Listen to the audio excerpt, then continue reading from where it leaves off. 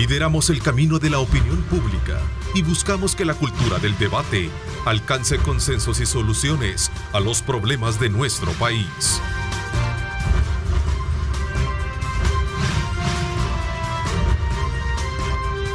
Diálogo con Ernesto López.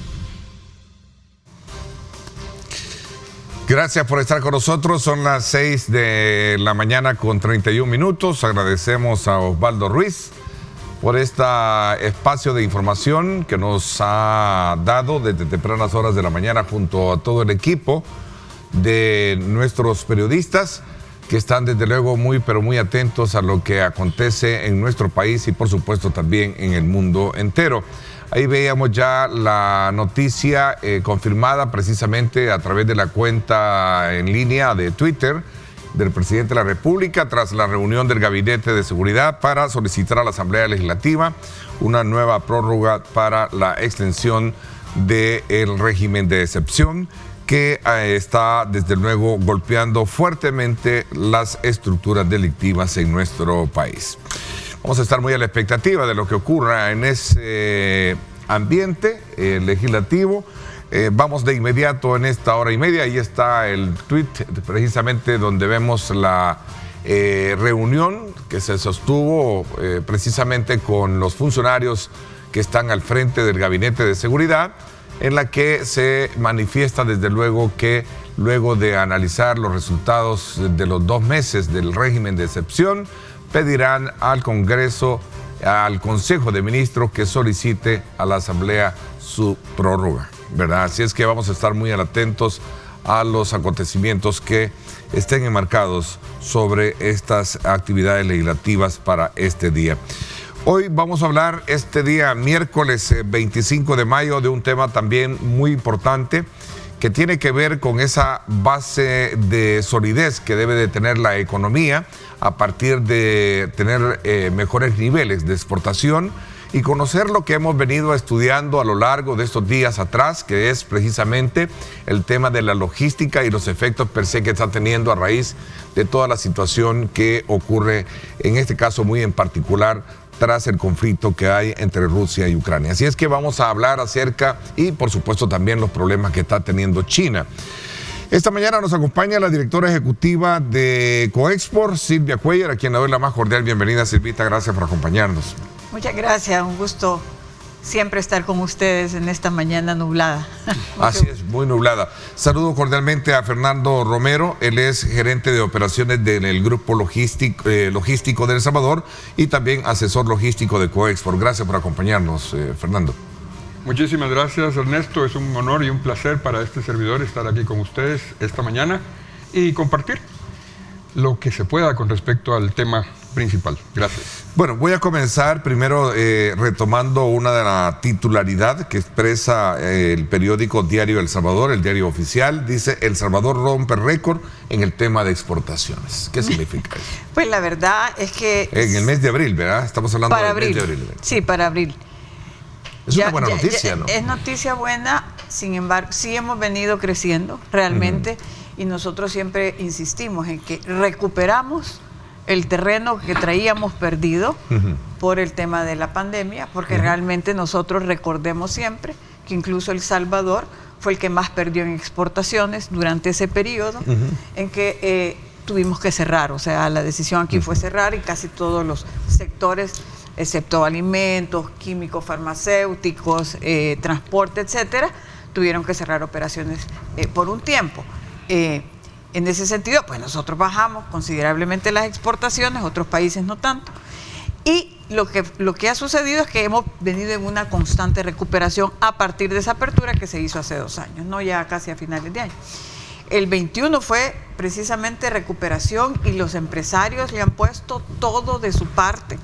Primero, porque el reto es que se siga cumpliendo con toda la normativa COVID-19. ¿Qué quiero decir con esto? Que se pusieron una serie de medidas, ¿verdad? Protocolos, etcétera, que a la fecha, aunque ha habido cierta flexibilidad en eso, ¿verdad? por ejemplo, ya no es necesario lo de la mascarilla, pero realmente las empresas lo han sentido necesario y continuarlo, porque lo peor que pueda suceder es que tus empleados no lleguen, que tu fuerza laboral no esté ahí, entonces hay que cuidarla dentro de la operatividad de las empresas y fuera. Entonces hay una concientización en que este sentido de seguir los protocolos, los temas de bioseguridad se quedaron. No es para que fue un tiempo y no, seguimos. Entonces las empresas han puesto todo su esfuerzo en eso, han puesto su esfuerzo en buscar mercados, ya estamos yendo a ferias, incluso ferias físicas, no presenciales, quiero decir, no virtuales como lo estábamos haciendo. Imagínate que acabamos de ir a Panamá y de entrada fueron $100,000 de venta, cosa que no sucede normalmente en una feria, vas para un largo periodo. Entonces sí quiere decir que estamos creciendo y recuperando y creciendo. Sin embargo, una pregunta. Solamente. ¿Qué es lo que estamos exportando? ¿Qué es lo que, qué es lo que el país exporta y que se refleja precisamente en ese indicador positivo para el país? Bueno, mira, el 90% de las exportaciones son manufacturas. El Salvador es un productor industrial, no como otros países de la región que también exportan productos, materias primas, etcétera. Nuestras exportaciones, que totalizaron este mes de abril a 2.400 millones comparados con 2.100 del año pasado, eso quiere decir un incremento, un incremento en valores del 15%. Pero eso es menor al incremento que tuvimos a marzo. Eso que nos está dando una señal que si bien las exportaciones vamos bien, ¿verdad? O sea, ahí está la lámina que nos dice cuál es. Pero, comparado con el mes pasado y el mes antepasado, vamos bajando. ¿Qué quiere decir? Que estamos retomando los ciclos regulares que traíamos, porque yo debo de insistir que hemos venido en una recuperación de mercados. Entonces también hay, por parte de los países, hay yo no sé si es la palabra ansia, pero hay una tendencia a tener mayor proveeduría, precisamente por lo que vamos a hablar después, por el tema logístico. Así como nuestro país se provee más, otros países también, entonces la demanda es mayor. Pero va a llegar un momento en que vamos a llegar a cursos normales que traíamos. El mes pasado fue el 17% de incremento y fue el 15%. El volumen. El volumen no ha crecido, es al revés. El volumen baja. El volumen ahora ha bajado el 7.4%. El mes pasado había bajado en 2%. Eso quiere decir que nosotros, además de por los efectos de la inflación, porque todo está más caro, porque todo vale más, porque la logística nos ha hecho que invirtamos más en todo el transporte. Eso significa que tenemos que comprar más caro nuestros insumos, por ende, nuestro producto de exportación se exporta a mayores valores, ¿verdad? Entonces, nosotros no estamos creciendo como deberíamos en volumen, porque debería ser lo mismo. Así como crecemos en valores, deberíamos ir incrementando también en volumen. Pero lo que está sucediendo es que estamos cobrando más por la exportación que estamos haciendo. Pero son dos factores también. No solo es por la inflación, sino también es porque las empresas están dándole mayor valor al producto. Y eso vale decirlo. Porque puede ser que tú estés exportando menos, pero si tu producto vale más, si le estás poniendo mayor valor agregado, si le estás poniendo más calidad, si le estás poniendo más tecnología, si estás poniendo como más creatividad, si estás adaptando tu producto a la demanda del mercado de acuerdo a cómo estamos en este momento, que las personas buscan más comodidad, más salud, más otro tipo de insumos, que vayan en el producto, empaques con más tecnología, que sea biodegradable, ¿verdad? Entonces, todo eso significa que le estoy poniendo un valor mayor. Entonces hay una combinación entre que sí estamos teniendo, y eso no es solo para El Salvador, dicho sea de paso, todo está sucediendo, es a nivel internacional, estamos vendiendo más caro, pero estamos poniendo mayor volumen. A ver, Fernando, ¿cuál es, digamos, tu lectura que tengas alrededor de esta generalidad o de esta puntualidad que como país representa romper un récord de exportaciones en un mes, basado también en otros indicadores que sabemos que son fluctuantes, que se derivan precisamente de unos indicadores o variables que tienen que ver mucho con lo que está pasando en el mundo, ¿no? Totalmente de acuerdo. Uno de los factores más importantes desde el punto de vista logístico es el hecho principal de la problemática que los exportadores enfrentan para lograr alcanzar esas metas. En la mayoría de los casos, lo primero es abastecerse de materias primas. Lo segundo es competir por los espacios de exportación de navieras y aerolíneas, que obviamente han crecido en valor, en precio. Entonces eso también significa que nuestros exportadores se están enfrentando a una guerra. La guerra Rusia-Ucrania está lejos, pero aquí tenemos una guerra también por los espacios de los precios. Tan cerca de nosotros, si no, no tuviéramos estos niveles de inflación. Absolutamente. Es correcto. ¿Qué es lo que ha disparado el precio del crudo a nivel internacional? La guerra. ¿Qué es lo que ha disparado, entre comillas, ahora los espacios en las compañías navieras? Ya no podemos acusar a esa guerra en particular, sino entonces nos vamos a la situación imperante en China, que para muchos dejó de ser un problema cuando se indicó que en efecto China tiene cero tolerancia al COVID.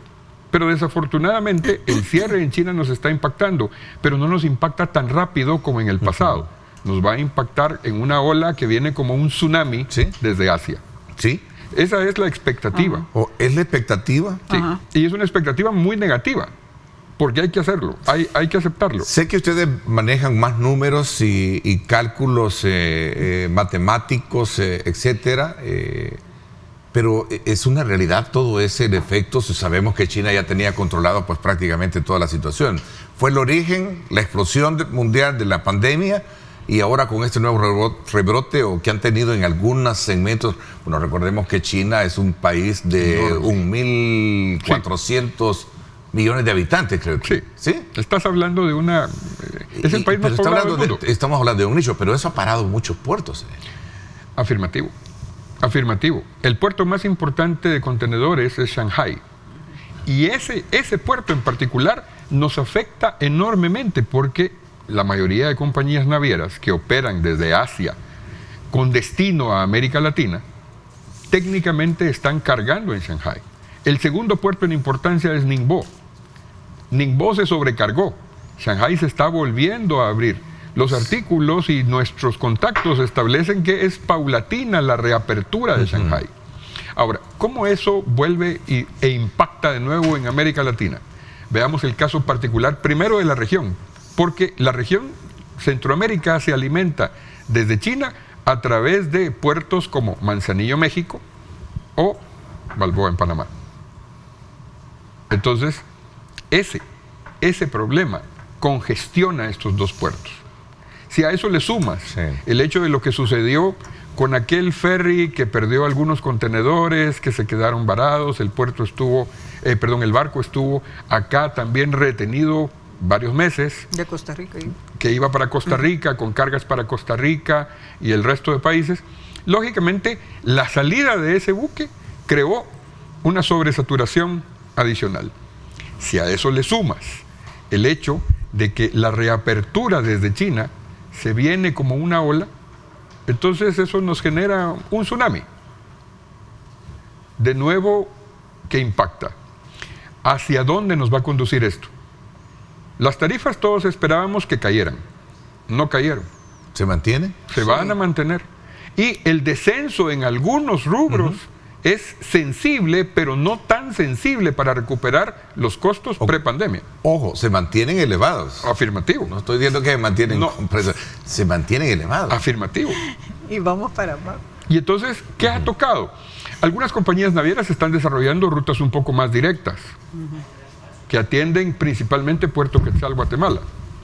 Eso es bueno para nosotros, pero desafortunadamente las actividades logísticas demandan que tuviésemos una más grande flexibilidad para atender las operaciones desde puertos como Guatemala, como Quetzal en Guatemala. Y aunque se da, entre comillas, venimos manejando ese tema, no hemos avanzado mucho en ello.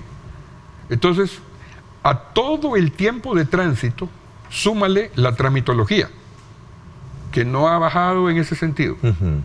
Acajutla sigue siendo un puerto sumamente eficiente. Creo que todos lo tenemos que mencionar y aceptar. Hay que reconocer, eficiente. Hay que reconocer. Sí, ha mantenido su nivel de Acajutla es un modelo de eficiencia, ¿no? Sí. Pero no necesariamente puede atender todo el volumen que necesitamos. Vamos para Guatemala. Exacto. Entonces tenemos que ir a parar a Guatemala. ¿Cómo nos estamos preparando, Silvia, todo el sector exportador, reconociendo ese panorama que describía? Y yo o diría, describe? no reconociendo, sino más bien, ¿cuál estrategia seguimos? Ajá. Viendo que el futuro en el tema logístico está bastante serio. Lo decíamos extra cámara. Exacto. Viene el lobo, venimos como aquel cantar, vea. Ahí viene el lobo, y el lobo ya está. No, si el lobo lo hemos tenido. Sí, y lo hemos y tenido. viene, entre comillas, sentimos nosotros Sí. peor porque, como decíamos con Fernando, incluso en un artículo que nos estamos continuamente leyendo, ¿verdad? ¿Qué es lo que está sucediendo? La tormenta perfecta, que todos los factores, ¿verdad?, se unen. Tenemos el problema en Shanghái, tenemos el tema del COVID en China. Vamos a regresar casi como estuvimos al inicio con el COVID, que ya están cerrados y nosotros aquí estamos trabajando. Después va a pasar que esa ola nos viene, ¿verdad? Y entonces vamos a seguir nuevamente con ese ciclo. 2, el tema de Rusia, el tema de que incrementan los precios de los fertilizantes, el precio del maíz, Sí. ¿cómo se llama? El nivel de inflación, trigo. a pesar de todo, con las 11 medidas que se aprobaron, entiendo que el país se ubica entre los que tienen el menor grado de inflación de la región. Creo que los otros andan un poquito más elevados. Sí, los otros andan un poco, según pero un dato que yo tengo acá, y eso es bueno por reconocerlo desde el punto de vista de las medidas que el gobierno logró impulsar en su momento, ¿no? Sí, las medidas Y han los ajustes ayudado. que han hecho también los Sí, empresarios. Hay que también reconocer que los empresarios juegan acá. Mira, un hay un papel tema aquí importante. que juega bastante. Con la primera ola del COVID, digámoslo así, con el inicio del COVID se aprendió mucho. Y una cosa que se aprendió es cómo están mis bodegas de materia prima. Y más que todo, para las empresas exportadoras del Salvador. No voy a hablar de toda la región, voy a hablar del Salvador en particular. Recientemente tuvimos una reunión a nivel de, todos los meses tenemos reuniones a nivel de la Federación de Cámaras de Exportadores y nos compartimos las experiencias. Para El Salvador, como dije al inicio, nosotros somos en un 90% nuestras exportaciones son industriales, son manufactura. Eso quiere decir, nosotros producimos, ¿verdad? Tenemos que tener ese insumo, esa materia prima. Nos comentaba una empresa que fuimos a ver recientemente, ha tenido incluso que pagar extra bodegaje. ¿Por qué? Una de las medidas que se tomaron precisamente con esa lección es, no, en vez de hacer un pedido para tener en mi bodega insumos por 2 meses, voy a tener que hacer pedidos para tener en bodega insumos para 6 meses, por decirte. ¿Y en qué espacio físico? Si mi espacio físico no me da para tanto. Entonces tengo que ir y alquilar más espacio físico en otras bodegas. Nos decía una persona que está en el negocio precisamente de alquilar de bodegas, Silvia, estamos topados. Espacio físico para rentar bodegas ya casi no tenemos. Tenemos que desalojar para poder tener esa rotación. Entonces, esa es la estrategia que han utilizado las empresas. O sea, mira, no hay peor cosa que no tener el insumo para poder producir. O sea, necesitamos eso. Entonces, lo que hacemos es hacer mayores pedidos. 1, 2, buscar proveedores en otros lados. Ya tal vez no tanto de Asia, o sea, vemos hacia Brasil. Pero no hemos caído en un déficit de Todavía no. Todavía Eso no. es importante destacarlo en Sí, este no, programa. en este momento se ha podido, mira la exportación, pues. A eso o sea, me refería. los ritmos de exportación es decir, van no bien. hemos llegado al límite de tener escasez de materia prima, no hemos llegado. producto de este escenario de que hemos estado Producto de las estrategias precisamente que han estado siguiendo las empresas, que lo han podido hacer y afortunadamente a tiempo. Ahora, como dice Fernando, ¿a qué nos estamos acercando? ¿Verdad? Porque si te estoy diciendo que los espacios de bodegaje están casi repletos, y si ahora vemos que viene una ola peor y que tenemos que tener, así como nosotros buscamos otros proveedores, buscamos de China, de Brasil, de Colombia, de países de Sudamérica, de México, ¿verdad? De otros países, incluso Europa, que puede ser, en vez de Asia, también Europa, pero Europa nos queda lejos igual. Entonces, ¿qué tenemos que hacer? Así como nosotros estamos buscando otros proveedores, todos están buscando otros proveedores. Así como nosotros tenemos ese problema, todos tienen el problema. Siempre hay oportunidades, después vamos a hablar de la oportunidad. Pero el tema es que, ¿qué estamos haciendo? Es que la única salida precisamente es proveernos adecuadamente y con el tiempo debido por lo que viene, ¿verdad? Porque nos están cantando que no viene fácil, que viene peor, que incluso se nos dijo en esta reunión que tuvimos de FECAESCA, y Fernando me podrá corregir, pero se nos indica que puede haber un aumento mayor en las tarifas de los fletes. Veamos un poquito, examinemos un poquito ese escenario también, Fernando. Hace poco escuché, a propósito, para cerrar un poco el ciclo de este enfoque que tenemos, decía la ministra de Economía, María Luisa Jaén, decía, las cifras positivas que llegamos a tener en el 2021 las estamos superando este año y esperamos que esta tendencia continúe a lo largo del presente. Esa es al menos la expectativa que se tiene. Veamos un poquito ese otro punto elemental en este análisis. Fíjate que el crecimiento de las tarifas, o mejor dicho, el comportamiento de las tarifas, que ha sido una tendencia alcista y que tiende a mantenerse, va a impactar de manera muy negativa en el bolsillo de todos.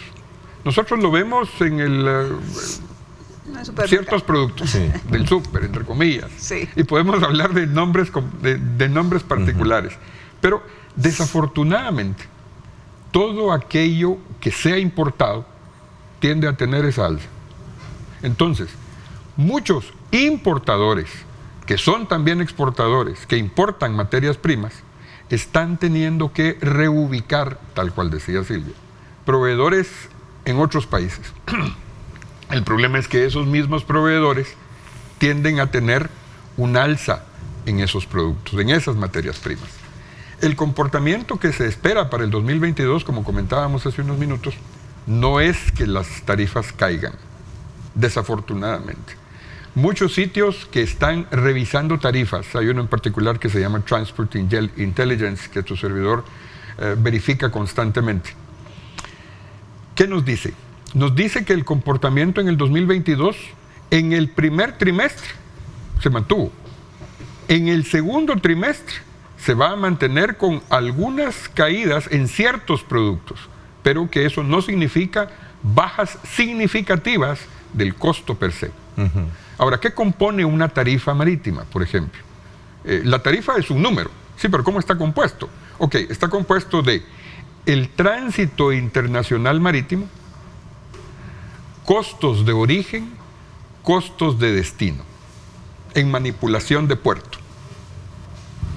Esa es la configuración. ¿Cuál es el rubro más alto? El transporte internacional marítimo. Porque todo lo demás es hasta cierto punto grasa. Ok, esto que está aquí, ¿qué es lo que lo ha impulsado hacia arriba y lo mantendrá caro? Principalmente la guerra. Uno. Y dos, oferta y demanda. Algunos sitios también establecen que oferta y demanda ya no es el factor real, sino que las compañías navieras, porque hay que aceptarlo, están de alguna forma también, quizás no, la palabra no es manipular, sino están tratando de manejar esta situación. ¿Cómo? Bueno, si no tienes mucha carga en un puerto, lo pasas por alto. Y Centroamérica en ese sentido se convierte en este problema serio. Tenemos mucha carga de importación y nuestra exportación, que es tan preciada y tan anhelada, muchas veces no encuentra espacios porque no tenemos esa fortaleza exportadora como región, inclusive, no estoy hablando solo de El Salvador. Bueno, acá ha crecido la balanza, bueno, siempre hemos sido, la balanza comercial siempre ha sido deficitaria, ¿no? Ajá, pero imagínate, la balanza comercial, ¿verdad? Siempre ha sido deficitaria. Sí. Pongamos, o sea, importamos 2012. más de lo que exportamos, para comprenderlo mejor, ¿verdad? Afirmativo. Exactamente. Pongamos de ejemplo el 2012, 1.500 millones déficit, por supuesto, 2013, 1.600, 2014, 1.800. ¿Qué estamos hablando? 200 millones entre un año y otro, ¿verdad? Creciendo el déficit. Imagínate del año pasado a este año. 2021 fueron 2.431 millones la balanza comercial. Adivina cuánto fue ahora. En el 2022, ¿cuánto vamos? 3.319. Estamos hablando que ha aumentado en 900 millones, comparado con lo que traíamos en 100 millones, incluso a veces menos. ¿Qué nos hace que nuestra balanza general no tenga ese efecto tan negativo? Las remesas. Las remesas son incluso porque ese es otro más ingrediente. allá de las exportaciones. Es el punto de equilibrio que tenemos. Aunque ha bajado, entiendo que ha habido una reducción. Bueno, son 1.800 millones a marzo, no tengo la de abril. Creo que hemos tenido una... Y no, fíjate que las remesas, las remesas se mantienen. Sí, se han mantenido. Pero sí estábamos viendo ahí un artículo también y un estudio que se ha hecho que pueda hacer que tienda a decrecer. ¿Por qué? Porque recordemos, ¿de dónde vienen las remesas mayormente? Sí, hubo un crecimiento del 42.2%, una corrección, sí. 2.444 entre enero y abril. Del 2022. Okay. Sí, aquí tengo el dato del Banco Central de Reserva, sí. Hubo un crecimiento. 2.400. Vaya, entonces, ¿cuánto fueron las ¿cómo se llama? Las exportaciones? 1.700, 1.800 millones. Estamos hablando que hay incluso más remesas de lo que son exportaciones. ¿Cuándo lo habíamos visto? Ahora bien, recordemos y veamos, ¿verdad? No son más, porque en exportaciones son 2.400. Estamos casi en los penaltis, como dicen, ¿verdad? Nos estamos dando. Pero, ¿de dónde vienen mayormente las remesas? Estados Unidos, algunos países europeos, ¿verdad? Pero, ¿qué estamos viendo en Estados Unidos? Estamos viendo también que Estados Unidos está metiéndose en problemas económicos, ¿no? Entonces, ¿por qué hemos tenido ese nivel de remesas? Recordemos que durante todo el tiempo de la pandemia, en Estados Unidos no se dejó de dar a todas las familias, a todos los ciudadanos de Estados Unidos, se les ayudó apoyo económico. Si las familias tenían apoyo económico, nuestra gente que vive allá tiene trabajo. A la fecha ha mantenido esos trabajos, hemos tenido ese nivel de remesas. Pero ¿qué está pasando? Puede ser que ese nivel de adquisitivo que tienen los ciudadanos de Norteamérica, y no solo ellos, sino que otros en otras partes del mundo, vaya siendo menor, al igual que nosotros. La inflación nos está afectando, ¿no? Entonces puede ser que no puedan tener ese mismo nivel de contratación de nuestros salvadoreños y poder enviar ese nivel de remesas que tenemos. Entonces también eso preocupa. ¿Cuáles son voy a hacer una pausa comercial, me la están pidiendo. ¿Cómo está ese canal de comunicación con el gobierno, con autoridades, para poder de alguna manera ir allanando un camino, digamos, positivo para enfrentar lo que muchos creen que puede venir más adelante? De hecho, ustedes mismos creen que la situación puede seguir siempre bajo ese camino ascendente y puede llegar en un momento a golpearnos fuertemente. Ya se habla, incluso los agricultores, por ejemplo, hablan de la escasez en el tema de fertilizantes, producto de la crisis que tiene Ucrania. Para muchos también hablar del tema alimentario, que es otro de los elementos que golpea fuertemente. ¿Cómo se están preparando el sector para poder, digamos, ver esa tormenta perfecta que, como bien ustedes lo planteaban? Mira, sí tenemos un diálogo permanente. Vamos a hablar de eso cuando regresemos, ¿le parece? Voy a la pausa. Perfecto. 6:59 y ampliamos este tema. Pues sí. Gracias a ustedes por estar con nosotros a esta hora de la mañana. Gracias por estar enviándonos sus comentarios. Nos interesa conocer la opinión de ustedes. Ya vamos a trasladárselas a nuestros invitados.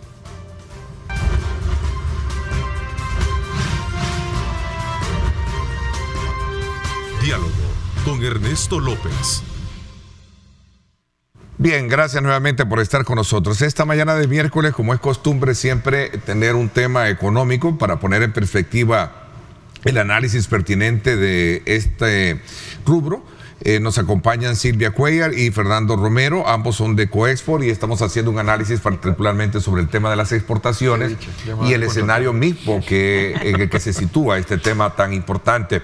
Aquí hay dos preguntas muy necesarias que se las voy a trasladar a ustedes. Una de ellas tiene que ver con lo que sucedió en el tema de Costa Rica, que sufrió una caída de su sistema, o parece que fue vulnerable, no sé si es hackeo, pero que de alguna manera esto trajo consigo ciertas repercusiones. Esto entiendo ya se resolvió. ¿Y qué impacto tuvo esto? Sí, mira, fue temporal, digámoslo así. Sí hubo un problema serio. No tenemos una versión, te puedo decir, oficial. Pero sí entendemos que fue un hackeo, que incluso había una negociación por no sé cuánto dinero le estaban pidiendo, ¿verdad? Para que se resolventara. Lo que sí te voy a decir, y nosotros lo dijimos... ¿Una especie de extorsión o qué? Una especie de, bueno, no sé si esa es la palabra, pero sí, al final, sí, ¿verdad? Lo que sí nos da eso es una señal de vulnerabilidad y que tenemos que ser unos sistemas de seguridad altos, realmente. Y nos da señales a todos los países. ¿Y qué se tradujo eso? Mira, lo que sí hubo... En la práctica. Ok, en la práctica es que sistema no había. El sistema tecnológico. Y por tanto no puede pasar esta mercadería ni puede entrar. Definitivamente. Entonces, ¿qué haces? Entras en lo que se llaman los procesos de contingencia, digámoslo así. ¿Y cuál es eso? Lo voy a decir en buen salvadoreño, vamos a pie. O sea, vamos a hacer todos los trámites manuales. Entonces eso hacía que hubiera unas colas en todos lados. Tuvimos colas de furgones viniendo de Nicaragua, viniendo desde El Salvador. Incluso las empresas repensaron si realmente enviaron o no, porque lo que iban a hacer es encontrarse con esa cola que estaba para entrar por puntos fronterizos terrestres. Pero lo que te quiero decir es que eso afectó a todos los puntos, terrestre, aéreo y marítimo. O sea, el sistema es a todo nivel. Entonces no podías ni salir. O sea, tenías parado entonces, prácticamente ellos país, sí aplican la contingencia al día siguiente, si no mal recuerdo. Entonces determinan incluso unos espacios en donde tú llegas, descargas y después haces el papeleo, digámoslo así. Exacto. Hay un registro manual. Pero después tienes que llegar y regresar hacia la información. Entonces, lo que era más fácil de manejar es todo aquello que entraba y que iba a un recinto fiscal, digámoslo así, a una zona franca, porque no pagan impuestos. El problema es con los que pagan impuestos, que no van a un recinto fiscal, a una zona franca, porque ahí tenés que hacer otro proceso, digámoslo así, de registrar ese pago. Pero sin embargo, yo creo que al final, y fue porque afectó el nodo desde Ciesca, desde la región. Sí. O sea, se afectó a todo nivel. Entonces, lo que sí tuvimos fue una leve retraso. No tuvimos pérdidas, no podemos decir que hubo ese retraso en el envío o recepción de la carga. El tema. Hay otra pregunta que quiero trasladárselas acá. Si bien es cierto, el gobierno ha hecho una apuesta importante en el tema de aduanas, ¿cuál es la expectativa que ustedes tienen? Siempre hay problemas para el paso de furgones que quedan atascados y es una gran cantidad de vehículos en la zona. Yo quiero comentarte que hay un espacio que tenemos muy importante de diálogo constante, diálogo con Ernesto, diálogo con el gobierno. Con el gobierno. Pero no es solamente diálogo, sino sí se está trabajando, que es el Comité Nacional de Facilitación. Con el Comité Nacional, que está presidido por la ministra de Economía, está por supuesto el secretario de Comercio e Inversión, y tenemos en la mesa a todos los representantes de los ministerios, a todos los ministros que tienen que ver con el tema de alguna manera tramitología, de alguna manera de gestiones que se tienen que hacer en cuanto al comercio exterior. Ahí estamos hablando casi de todos los ministros. Mira, nosotros tenemos continuas reuniones con Ministerio de Economía, Ministerio de Hacienda, le hace en específico aduana, con el Ministerio de Agricultura, con el Ministerio de Salud, con la DNM, ahora estamos teniendo mucha relación con el Ministerio de Obras Públicas, pues ya vieron ustedes el atascamiento en Los Chorros y vienen otras cosas. Están integrados. Entonces, todos ellos. Lo dice María Luisa Jayén, ahí tengo una declaración hecha reciente. Estamos trabajando en proyectos que tendrán un impacto positivo en más inversión y más comercio. Y acabamos de estar reunidos precisamente con ella hablando sobre la Estrategia Nacional de Facilitación que estamos estableciendo. Y yo quiero reconocer realmente que llevamos varios problemas, llevamos las situaciones que se presentan con las diferentes instancias y que por medio de este diálogo que tenemos estamos... por lo menos estamos sentando las bases de esos problemas y estamos encontrando receptividad de parte del gobierno en solventarlos y vamos solventando poco a poco. Nosotros quisiéramos que fuera más rápido, nosotros quisiéramos decirte, mira, cuando van las exportaciones siempre lo digo, pase adelante, salgan, no importa, ¿verdad? O sea, que sea rapidísimo, pero claro, hay sistemas que ya están y lo que hay que es ir caminando al 100% a la tecnología y no necesariamente al tema físico. Ok, Fernando. ¿Verdad? A ver, hay un aspecto que adicionalmente a lo que Silvia expresa, nuestros vecinos, Guatemala y Honduras, ellos están teniendo problemas muy serios a nivel de transporte interno y transporte pesado. ¿Por qué? Porque el combustible en esos países no está regulado como el caso de El Salvador, hay que aceptarlo. Entonces, los hondureños han llamado a paros más de una vez. Okay. Eso ha generado afuera de nuestra frontera una situación para el comercio centroamericano. ¿Reconoces tú que complejo. hemos tenido una ventaja nosotros a partir de la implementación de las medidas y el tema de el gobierno haber eliminado congelado ciertos... en definitiva, es positivo, sí. ¿no? Todos los Reconoce que es transportistas positivo. lo dicen. Sí, es ellos quieren venir a El Salvador Ok. ya con el último Qué pedacito bueno. de combustible para cargar combustible aquí y Qué bueno volverse a escuchar ir. eso, ¿no? Obvio, pero desafortunadamente ellos no lo manejan igual. Entonces, su problema se traduce en una complejidad para nuestras En exportaciones. pocas palabras, y las nuestras medidas, importaciones. las medidas que hemos tomado nosotros no las han tomado ellos y ahí hay un problema. Ahí hay un problema En serio ese- que en ese eventualmente rebalsa. Cuando rebalsa, lógicamente eso afecta a nuestras exportaciones terrestres o importaciones o movimientos terrestres, desplazamientos desde Puerto Santo Tomás de Castilla, Barrios o Quetzal en Guatemala, Cortés en Honduras, porque lógicamente la calle está bloqueada. ¿Y cómo traes un contenedor por esa ruta? Ya se vuelve complejo. Aunque no duran mucho, bueno, pero 2 desafortunadamente días crean fue el el caos. último. Crean el caos, porque 2 días en frontera Exacto. cerrada porque la calle se tapó, genera tránsito Sí. de los dos lados, para entrar y para salir. Y esos temas son bien delicados porque tú puedes hacer todo lo que tú puedas aquí y vamos a tener, y realmente El Salvador, quiero decirte, va avanzando mucho. Pero si los demás países no lo hacen, entonces ese comercio no va a fluir de todas maneras. O sea, tú vas a poder facilitar la salida, ¿verdad? Pero vas a llegar, por ejemplo, a Guatemala a tener problemas o vas a llegar a Honduras a tener problemas y entonces tiene que haber, y entiendo que hay, bueno, no entiendo, sé que hay una comunicación muy continua entre los gobiernos por medio de SIECA también, Cierto. en hacer muchas gestiones que faciliten esto. Mira, estamos hablando de la integración, ¿verdad? Estamos hablando de la aduana, de ¿cómo se llama? De la facilitación aduanera.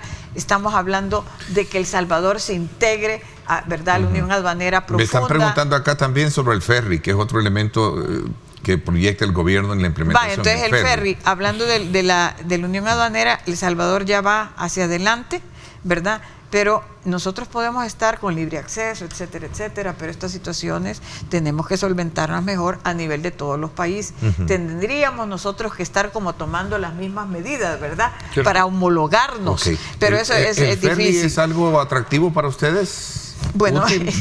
el ferry ha sido atractivo desde cuando. Coexpor Sí. ha sido el abanderado en decir que el ferry ojalá ya estuviera funcionando. ¿Por qué? Porque imagínate, bueno, en este caso de Costa Rica no hubiera funcionado, pero en los casos de bloqueos, por Nicaragua han habido bloqueos, por Costa Rica han habido, por otras, por supuesto que el ferry es una alternativa porque te da mayor rapidez. Mira, entre más rápido tú coloques tu carga Obvio. de un puerto o de un establecimiento, de un negocio, de una fábrica, a su destino final, ganas más. Conste que el comercio regional es uno de los principales socios. Claro, 40%, comercial, el 40% y el otro ¿verdad? 40% que se va a disputa Estados con Unidos, Estados más o Unidos. menos. Sí. Digo 40, esto hago 40. énfasis porque esto es lo que a veces sale a veces a No, relucir en el normalmente ha debate, sido que más Centroamérica. no deberemos de estar bien allá, que no, el comercio regional pesa, ¿sí? Por supuesto que pesa. Y pesa para todos. No solo para exportadores, también para Para importadores. importadores. Aún así, yo creo que estamos en la misma línea con Silvia. El ferry es importante. ¿Qué es lo que ha entretenido? Bueno, son aspectos que ya están fuera del control del deseo de las asociaciones de exportadores. La Asociación Exportadora de Costa Rica está igualmente interesada en que lo logremos, porque hay un tráfico sensible que se podría mover a través de ese ferry. Sin embargo, incluso hay disposición de pagar un poco más. ¿Por qué? Porque al final te sale mejor, porque sale más rápido.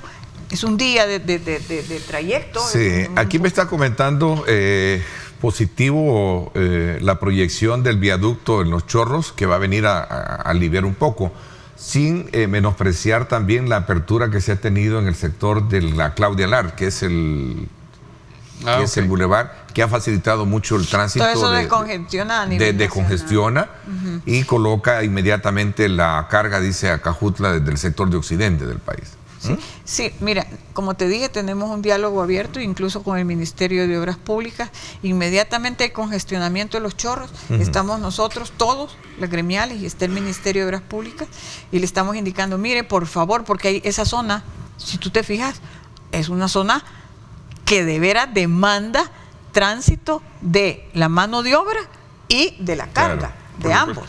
Entonces, cuando hay trabazones, olvídate, o sea, cualquier retraso retrasa el proyecto productivo de la empresa y retrasa todo. Entonces, sí estamos de la mano pregunta. Con ellos. Dice acá el amigo que nos escribe, sé que ellos son exportadores, Ernesto, pero una de las grandes preocupaciones que tenemos los salvadoreños es saber si vamos a quedar desabastecidos a raíz de todos los problemas que se mencionan a nivel internacional.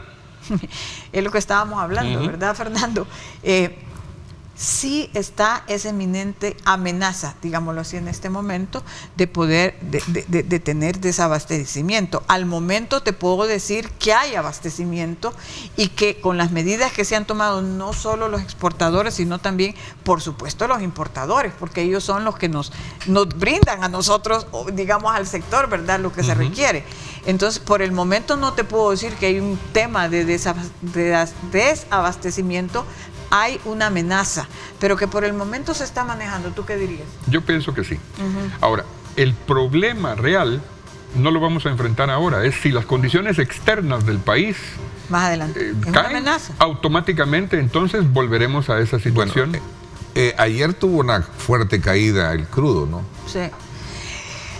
Esperamos que así sea, al menos esa es la información que yo manejo acá, de fecha que lo publica el periódico diario El Mundo, por cierto, ¿no?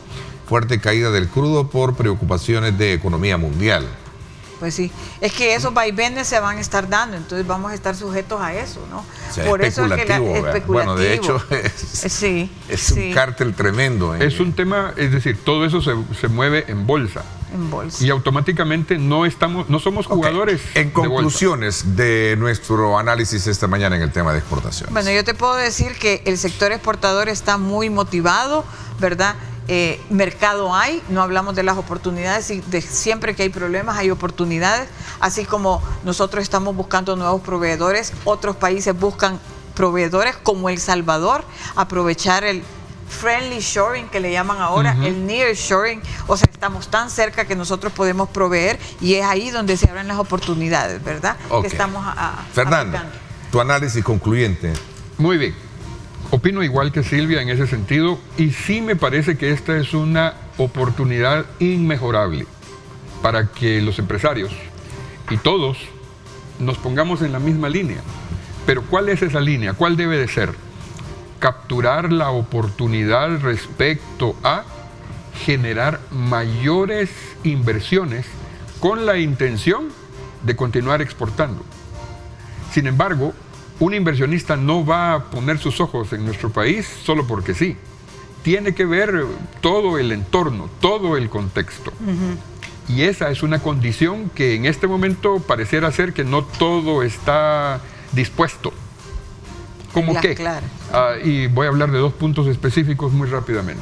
El primero de ellos es que los aspectos logísticos están bastante bien alineados, pero no somos jugadores tan de peso en la región. De grandes ligas. Exacto. Entonces eso disminuye las posibilidades para nosotros. Viéndolo en el contexto de la región, probablemente sí. Ok. Interesante reflexión y analogía. Quiero confesarles que me hubiese gustado seguir hablando sobre el tema. Es un tema que me apasiona muchísimo y sé que nuestros televidentes están muy interesados en seguir conociendo todos estos indicadores que muestran que verdaderamente hay, si bien es cierto, un gran desafío, ¿verdad? Pero también hay que poner manos a la obra, mira, con medidas importantes sobre este tema. Solamente antes que cerremos un temita, mira, tal es el entusiasmo. En este momento tenemos 50 mujeres en un programa de comercialización internacional, líderes en exportaciones, mujeres todas, con unos proyectos que tú te pones a ver cada una de ellas, con sus historias, con todo lo que están haciendo y decimos, definitivamente El Salvador tiene mucho, tiene mucho. Qué bueno cerrar con esa noticia, qué bueno, vaya para ellas en el anonimato, pues muchísimas felicidades, ¿verdad? Gracias. Gracias, Fernando, como siempre, un gusto tenerte con nosotros y con tu vasta experiencia también que nos ayudas a conocer más. Silvita, también muchísimas gracias por acompañarnos siempre, a través de la buena representación que tienes de dirección en Coexport. Nos vamos a la pausa. Cuando regresemos vamos a conversar con Alejandro Gutman. Vamos a hablar de temas importantes también de país, y especialmente con niveles de atención en sectores vulnerables de la juventud en nuestro país. Así es que esto es en cuestión de segundos. Vamos a la pausa y regresamos con la segunda parte del programa.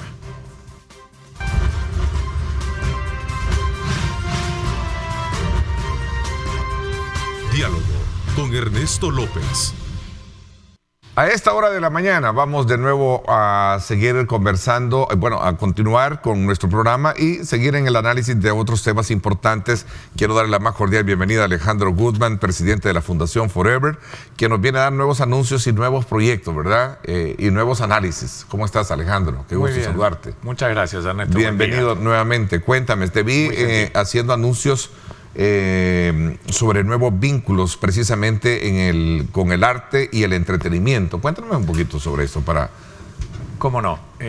Como parte de toda esta política integradora que necesita el país y de lo que tiene que ver con el desarrollo social, personal, profesional, cultural de los salvadoreños, hemos fortalecido algunos vínculos con el arte y con el entretenimiento, que nos parece realmente fundamental en todo este desarrollo y que está bastante poco valorado dentro de las políticas públicas y dentro de lo que significan los proyectos en cuanto a los proyectos de las organizaciones internacionales.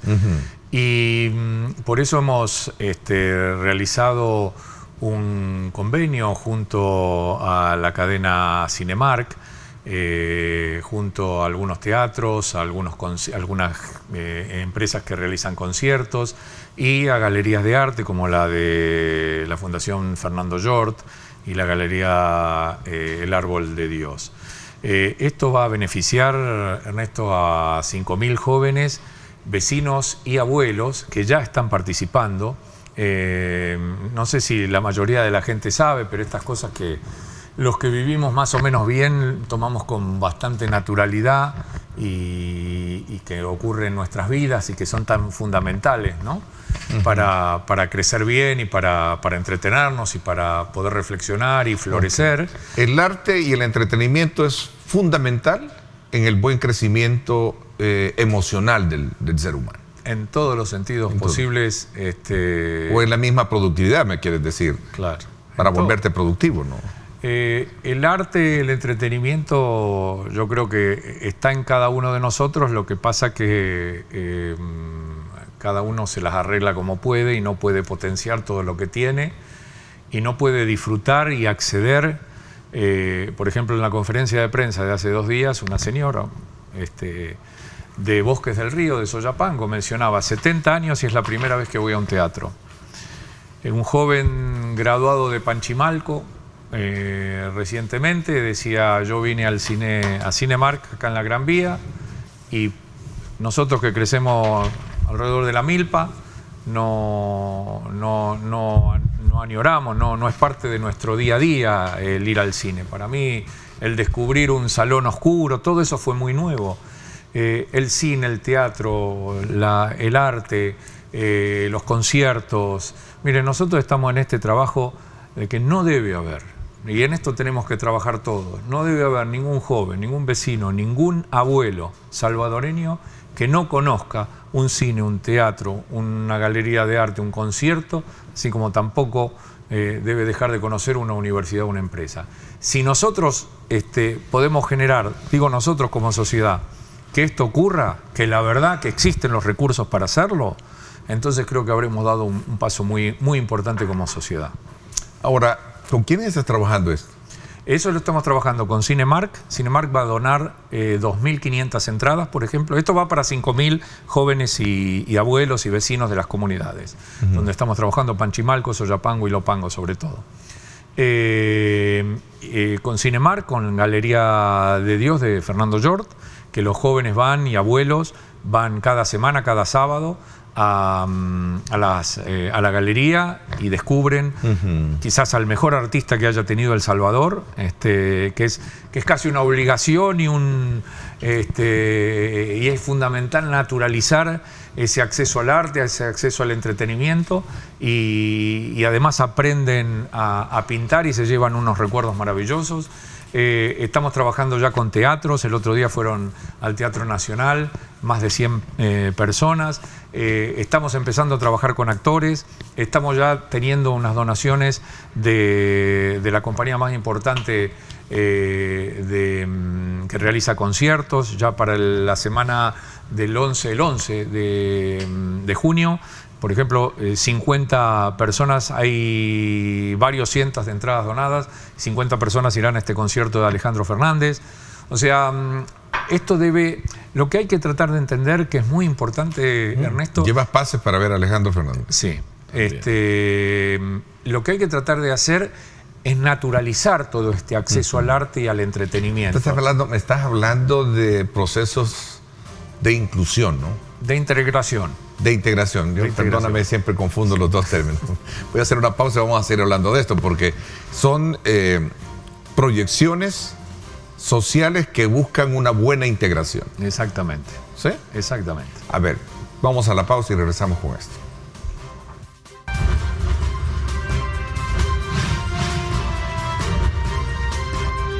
Diálogo con Ernesto López.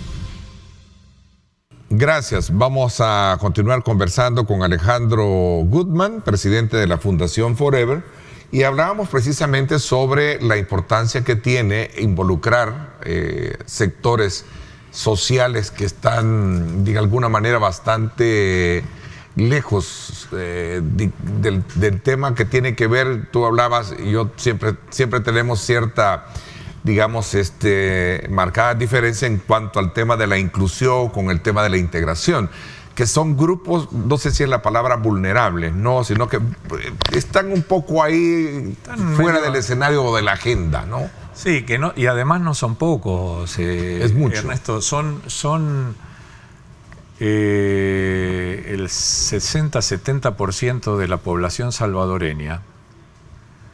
Mire, le pongo como ejemplo, usted sabe que todos los días voy a las comunidades. Ayer... ¿Y no tienes problemas, no tienes problemas hoy con el nuevo régimen que se maneja en el país para trabajar con ninguno? No lo hemos tenido. No has tenido ningún inconveniente, qué bueno. En 20 años no he tenido... Hemos tenido inconvenientes que hemos trabajado igual, con dificultades siempre.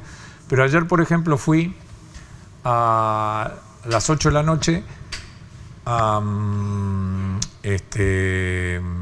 Los Ángeles, en la colonia Los Ángeles, cerca de la San José 1, que es una comunidad ya más grande, en Soyapango. Y ahora estaré todo el día, desde las 9 de la mañana hasta las 7, 8 de la noche, en distintos lugares de Panchimalco. Y ayer había 100 personas, jóvenes y abuelos y vecinos. A eso de las 8 de la noche, como le digo, en Los Ángeles.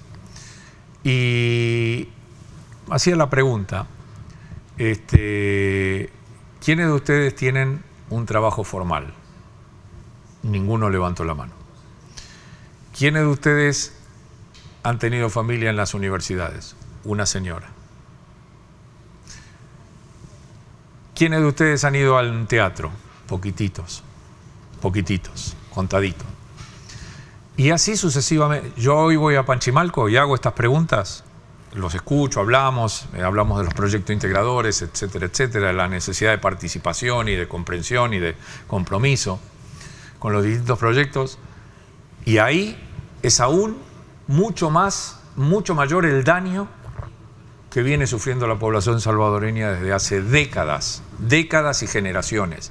Porque le puedo asegurar, como le decía a este joven que es graduado en Panchimalco, que dice, para nosotros el cine no es una aspiración, no es que estamos esperando a ver cuándo va, no es parte de nuestra vida, de nuestra semana, de nuestras posibilidades. En la región rural no existe prácticamente el acceso a la universidad, ni casi terminar el bachillerato, ni mucho menos el trabajo formal, ni el tema del arte, ni el tema del entretenimiento. O sea que hoy vamos a encontrarnos hoy nos vamos nosotros a encontrar con algo que vamos a reforzar y a confirmar después de tantos años, que es una necesidad imperiosa el vincularse, pero no como una actividad aislada, Ernesto, porque esto es lo importante. No podemos canalizar políticas públicas y ONGs u organizaciones internacionales con todos los recursos que existen como para decir, bueno, a alguien ahora se le ocurrió, vamos a tratar de hacer vamos a invitar a la gente que vaya a una visita al zoológico o vamos a invitarlo a que vaya a una obra de teatro. No puede ser un hecho aislado, tiene que ser parte de la vida. Tienen que entender que esto debe ser parte cotidiana de sus vidas y vinculado a otros proyectos integradores que tienen que ver con esa educación, con la salud, con el trabajo, con las relaciones integradoras, con la familia, con la escuela, con los medios de comunicación.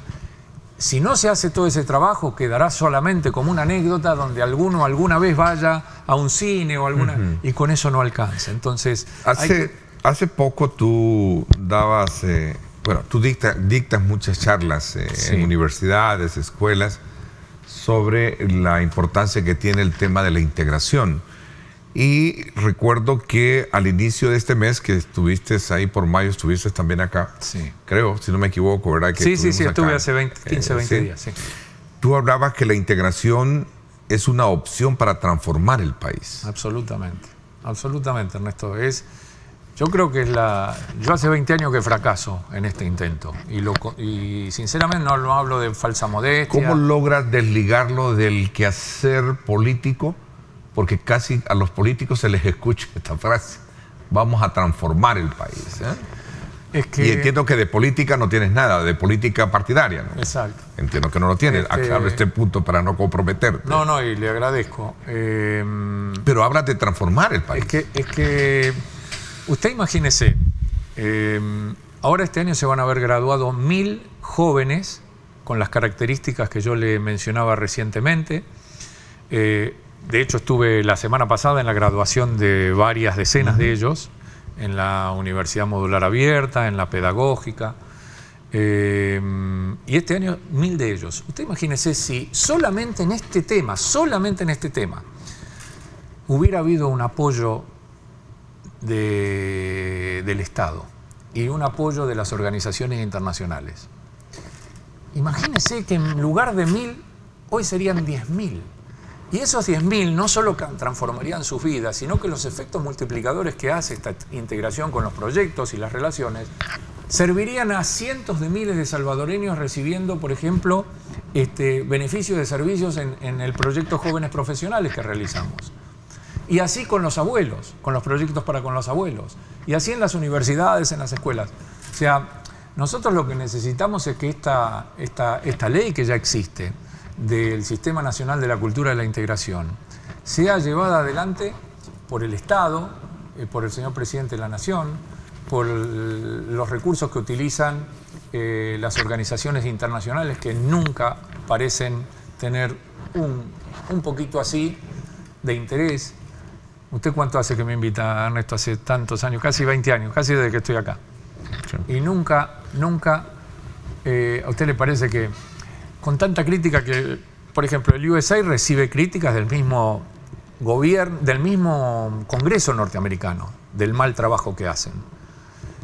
las Naciones Unidas están puestas permanentemente en el candelero por la cantidad de ineficiencias que tiene.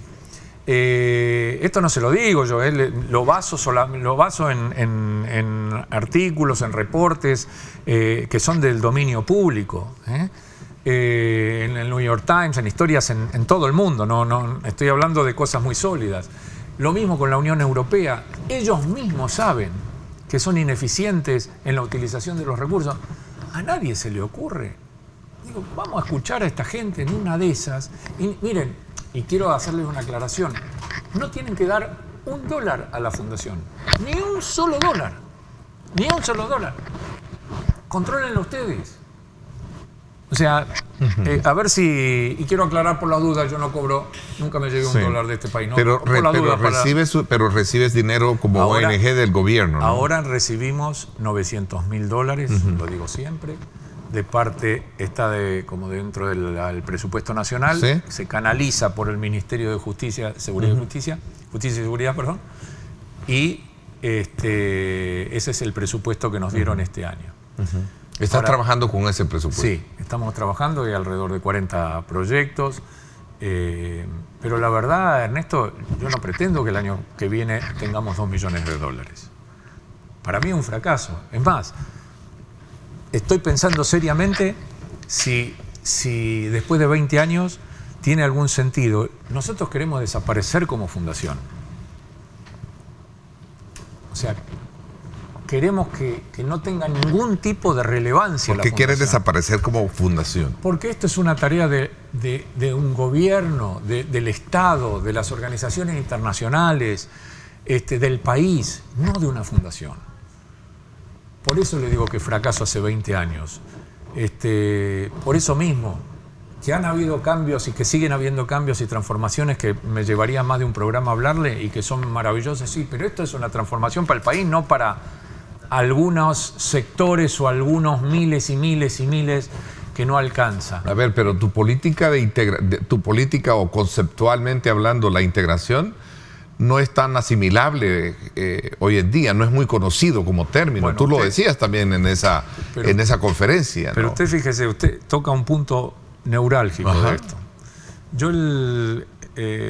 Hay una ley ya escrita de integración, del Sistema Nacional de la Cultura de la Integración, donde el presidente es el que debe estar a cargo de todo eso. Hay todo un organigrama de todo eso. Es muy difícil que... Nosotros hacemos un diplomado en la Universidad Nacional, donde vienen participan 100 estudiantes, profesionales, etcétera, y hacemos actividades todo el tiempo. Yo el sábado hice una actividad donde fueron, no sé, 700, 800, 1000 personas, donde vinieron jóvenes, abuelos de distintos lugares. Ahora, invito a los empresarios, invito a un montón de gente. ¿Usted cree que es fácil llevarlos? Este es un momento maravilloso del país, de inflexión, si el país tiene ganas, en donde hay una posibilidad de respirar aire distinto, donde la gente puede llegar a los lugares con cierta seguridad. Nosotros durante 20 años tuvimos que luchar ante En alguna oportunidad recuerdo que estuviste en la Campanera con el presidente del Banco Agrícola, con Rafael Barraza, que recuerdo que estuvo, ¿sí? Uno de los pocos. Que por cierto me digo, mira, increíble. Pues. Y le cambió... Un saludo para Rafael también, si nos está viendo. Un hombre excepcional. Sí. Y le cambió su mirada. ¿Cómo hago yo para que vaya la gente? Si es sábado, porque es sábado. Si es domingo, porque es domingo. Si es de tarde, porque es de tarde. Yo ni los invito a la noche, porque eso no va a venir nadie. Pero si es de mañana, porque tengo una reunión.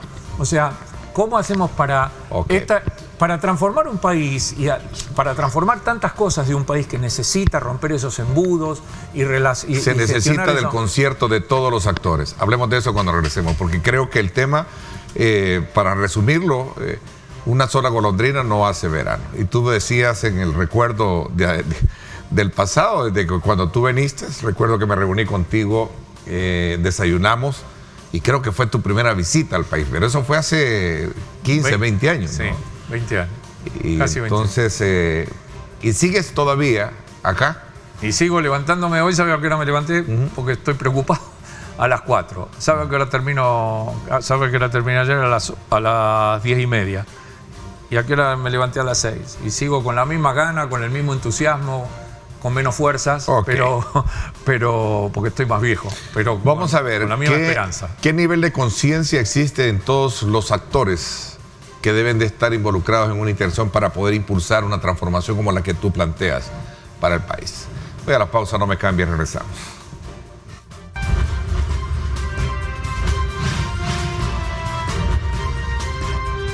Diálogo con Ernesto López. Gracias nuevamente por estar con nosotros. Vamos a ver, para hablar de transformar el país, más allá, alejado de los conceptos que pueden estar inmersos en una política partidaria, que no es el caso, deben de tener la integración, deben de tener participación actores importantes, como lo que ya hemos mencionado en su momento. ¿Cómo has logrado capitalizar todo eso? Y poníamos el ejemplo muy en particular del presidente del Banco Agrícola, que en su momento fue un testigo fiel de lo que estabas haciendo en cierto sector de Soyapago, no recuerdo de dónde, sí, que había estado viendo el in situ, lo que verdaderamente representa apoyar a estos grupos que están, desde luego, un poco alejados de la agenda del país. ¿Cierto? Ojalá entendamos, es así, Ernesto, ojalá entendamos que, y reitero este concepto, o estos números, es allí donde vive el 60 o 70% de la población del país. Que para muchos los sorprenda que la gente no haya ido a un cine, un teatro, que no haya podido entrar a una universidad y que a uno le parece con cierta naturalidad todo esto. Ojo, es lo que pasa todos los días, es la desesperanza, la desilusión, el no haber... Han crecido millones de salvadoreños que hoy ya son abuelos y hoy siguen creciendo jóvenes que no han podido florecer, que han crecido en ámbitos de mucha violencia, de muchas dificultades, de muchas faltas de desarrollo. Entonces ahora uno de los aspectos que nos ayuda a que florezcan, a que salga toda esa creatividad, que empiecen a sentirse libres, que empiecen a reflexionar sobre sus vidas, que empiecen a comunicar, a contactarse, a integrarse con otros, a relacionarse con otros, a tener otros conocimientos, otros sentimientos. Eso es invalorable, pero es muy difícil. Desde hoy las palabras han ocupado la importancia que ayer tenían los hechos, y eso es peligrosísimo, porque a la gente en general ya no está tan alejada de los discursos, está tan que hoy los directores, los encargados de marketing nos han envuelto un paquete maravilloso de palabras, pero que no llegan a generar un impacto, una transformación importante en la vida de la gente. Hay algunos aspectos que son importantísimos y que me gustaría recalcarlos, como por ejemplo la tranquilidad que se vive hoy, la esperanza que se vive hoy en el ámbito de las comunidades, de que empiezan los chicos a poder disfrutar de jugar en las calles, que los padres se quedan más tranquilos. ¿Has visto un avance positivo Sí. en el control de esos territorios que antes a lo mejor estaban asediados por la delincuencia, Seguro. hoy en el marco de lo que es el régimen de excepción? Seguro. ¿Has visto diferencia en esto? Claro que Ah, sí. qué bueno verlo, Yo se sí. lo dije la ¿Sí? vez pasada también. Sí, has cuando visto vine. cosas muy positivas, ¿no? Absolutamente. Eso es un logro extraordinario que solo desde el fanatismo se puede ignorar. Yo entiendo el fanatismo de la gente. No De voy a los entrar en esas políticos, o sea, que de acuerdo, Yo ¿no? no voy a entrar en esas porque yo no vine a hacer un conte de pero, popularidad en mi vida. pero eres un actor importante en el territorio y has visto el cambio positivo, ¿no? A Creo partir de ser esto, una sí. persona Ok. cercana a estas realidades desde hace 20 años. Me parece que algo me he ganado como para tener una opinión que sea considerada. Y definitivamente lo digo hoy hay se respira de otra Otro ambiente. manera. No solo por los jóvenes, por los padres. Es un momento de inflexión que, si el país lo sabe utilizar, es ideal para toda esta integración que se necesita, para que los que viven bien, esas universidades, esas empresas, esos medios de comunicación, esos artistas, esos profesionales, lleguen a las comunidades, y los que viven en las comunidades que puedan llegar a esas empresas, que puedan participar de esas universidades, de ese arte, de esos profesionales. Es el momento ideal para, si antes no lo hicieron muchos, este es el mejor momento para hacerlo. Aprovechemos que hay esa experiencia maravillosa que vienen construyendo, ese milagro social que vienen construyendo los salvadoreños en estos puentes integradores. En esos sectores alejados de esa agenda, sí, hay mucho potencial, hay mucha energía de jóvenes. ¿Cómo me gustaría? Recientemente, fíjate, yo fui testigo de uno. No voy a entrar en mayores detalles, pero me agradó mucho ver a una persona ser el contacto de un grupo de profesionales del extranjero que están por instalar una empresa grande acá, y son ingenieros, trabajar en la planta, en la promoción de protocolo y para la colocación de ellos en su estadía, de bienes, pero con un perfil que te digo de una persona de estos sectores alejados de la ciudad, voy a dejarlo así, pero con un perfil que no tiene nada que envidiarle a alguien que lo tenga acá en capacitación. Pero muchos jóvenes, así como son, lo que le necesitan es la oportunidad, y es lo que tú estás mencionando. Jóvenes, lo que necesitan, abuelos, vecinos, necesitan la oportunidad, ¿verdad?, para formarse, para desarrollarse y para trabajar. Y es allí, por eso yo te hacía mención al principio, la necesidad de tener a esos actores importantes de la sociedad involucrados en el tema de la integración, que es parte de tu política promocional. Absolutamente, Ernesto. A mí me encantaría, mire, yo no sé, que seguramente hay alguna persona muy inteligente del otro lado que a lo mejor puede ayudar a crear esos puentes, pero es una invitación para los artistas, para la gente del entretenimiento, para los profesionales. Nosotros ponemos el público, ellos que pongan lo suyo. Y a las empresas, nosotros tenemos varios proyectos con las empresas. Queremos invitarlas también a que sean parte, porque pueden ser realmente fundamentales en los procesos formativos de los jóvenes. Pero también estamos hablando de los abuelos. Los abuelos realizan una cantidad, se han reconvertido en recursos maravillosos del país. Están haciendo una cantidad de cosas. Estamos haciendo juntos, abuelos, familias, jóvenes, que se conozcan esas historias, que se conozca ese pasado, que los abuelos se conviertan en esos puentes entre lo que sucede en universidades, en empresas. Y es un sector bastante olvidado. Y felicito también, aprovecho a Olga Miranda, recientemente la escuché con Pencho y Aida hablar, ayer, antier, creo que están hablando sobre el tema. Y qué bueno, la verdad que tu proyección, tu visión, enmarque precisamente todo eso que hemos estado hablando. El tiempo se me acabó y quiero agradecerte, como siempre. Muchas gracias. Que nos pongas a tono, ¿verdad? Y al día con relación a todas las actividades que tú desarrollas como la Fundación. Y más ahora, como bien lo reconoces, precisamente en el territorio donde se respira otro ambiente propicio para trabajar con estos sectores que están no tan cerca de la agenda de prioridad, pero que sí son importantes para el desarrollo productivo de este país. Gracias por haberme acompañado. Muchas gracias. Te agradezco muchísimo. Buenos días. Vamos a la pausa, los espero en Radio Hoy. Radio Fuego tiene también el debate político semanal. No se lo pierda, 7 de la noche. Gracias, pásenla bien y como siempre recuerden lo más importante, amar a Dios sobre todas las cosas. Lideramos el camino de la opinión pública y buscamos que la cultura del debate alcance consensos y soluciones a los problemas de nuestro país.